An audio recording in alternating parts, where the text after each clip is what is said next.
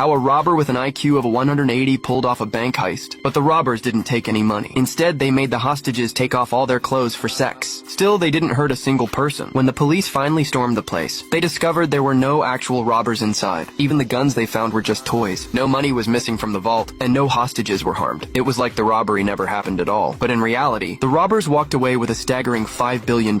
So how did they manage it? The mastermind's name was Dalton. He disguised himself as a bank employee and casually walked right in. He then pulled out an infrared searchlight to disable all the surveillance cameras, and his team followed, unlocking the bank doors from the inside. When the security guard noticed something was off and was about to raise the alarm, Dalton pressed a cold object against his waist to keep him quiet. And just like that, the show began. The robbers took control of everyone inside with ease. A passing patrol officer sensed something was wrong and quickly called for backup. Soon, a SWAT team arrived in full force and surrounded the bank. But Dalton stayed calm because it was all part of his plan. He had his team collect the hostages, phones, and keys. Then he ordered the hostages to strip off their clothes and put on uniforms. The robbers did the same, dressing up in identical outfits and masks. After that, they shuffled the hostages into different rooms randomly. At one point, an elderly man fell ill. Dalton immediately sent him out for medical help. This showed a bit of his humanity and helped keep the hostages calm. At the same time, it was a calculated move to taunt the police. After all the setup, it was finally time to get down to business. But Dalton didn't get excited. He glanced at all the cash piled in the room, ignored the more valuable safe, and instead headed to a utility room. Looking around, he said, "This is perfect." He then had his partner move some shelves and start breaking through the floor. What they were really after, you'd never guess. The police sent Kyle, an experienced negotiator, to handle the situation. Kyle tried calling Dalton, but Dalton refused to speak. All the security cameras had been destroyed, and Kyle was left clueless about the bank's layout. Just when things seemed hopeless, Dalton released another hostage. This one had a large box strapped around his neck. The police feared it was some kind of weapon, so they approached with extreme caution. Inside the box was a letter from Dalton. He demanded the police deliver 2 fueled buses and a fueled helicopter by 9